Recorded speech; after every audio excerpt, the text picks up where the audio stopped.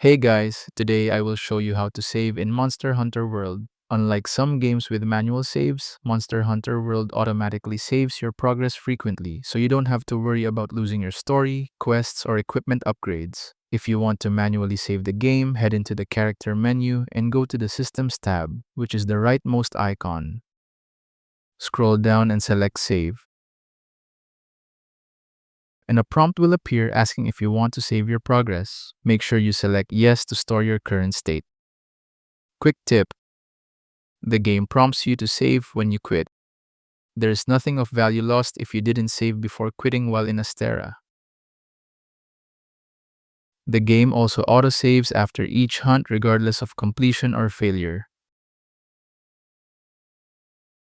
Quitting during a hunt just reverts you to the state you were in before the hunt.